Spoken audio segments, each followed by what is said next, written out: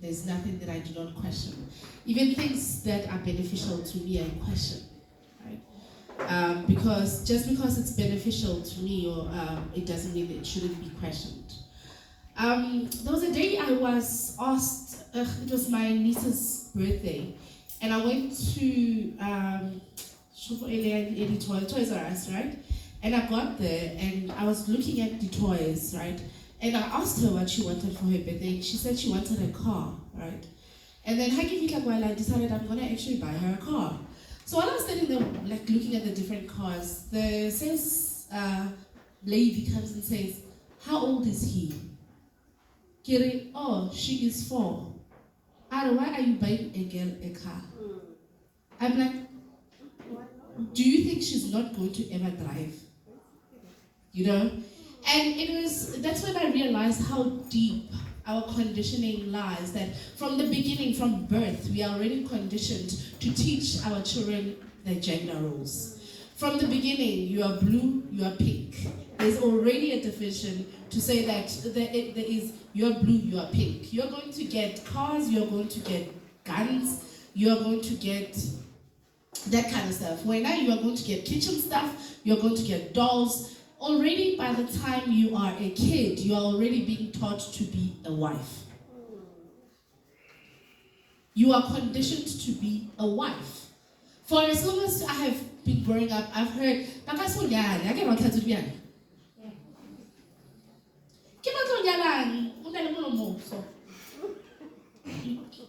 these are things that we speak. We speak upon our kids. We don't teach our boys to take care of themselves because we are already grooming their maids. Right.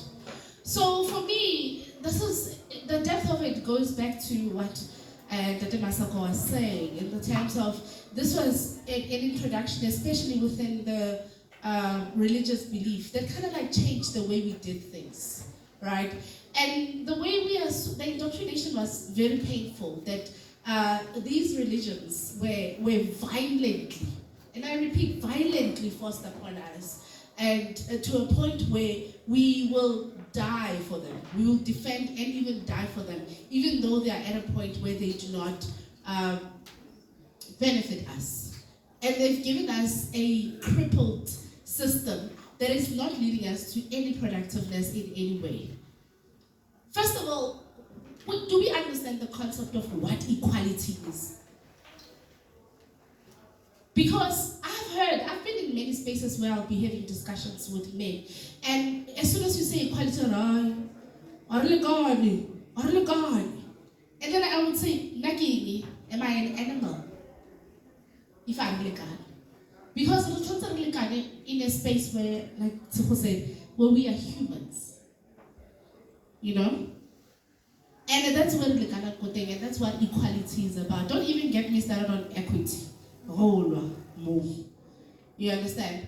So for me, I feel like for us to be able to go forward, it's for us to be aware, to accept the fact that we are conditioned by a system that has been in place, a crazy system that we've accepted as the truth and our reality. And we are crippling our kids. We come and complain about issues like GBV, but we are the ones that say to boys, tigers don't cry. We literally starve our boy children of affection and of love because everybody is gay. So we'd rather create psychopaths and sociopaths. Does that make sense? Because we are so afraid to give them love because they have to be leaders. And the fact that you are born a leader just because of the fact of a particular gender you are in, it doesn't make sense to me. Because we have different talents. Right now, I can be strong like a hopela, who can be strong like a homat. But because I am born in a particular gender,